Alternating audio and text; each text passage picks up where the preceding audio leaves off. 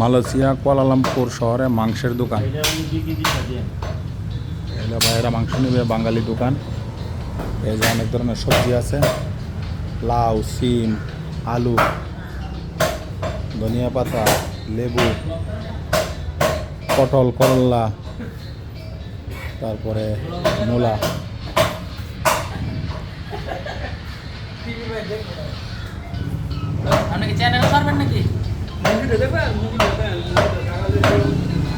এই যে গরুর ঠ্যাং, সাথে আছে আমাদের মনির ভাই। ভাই ভালো চলেন। আজকে 16 জানুয়ারি 2026 ইংরেজি। Malaysia Kuala Lumpur city.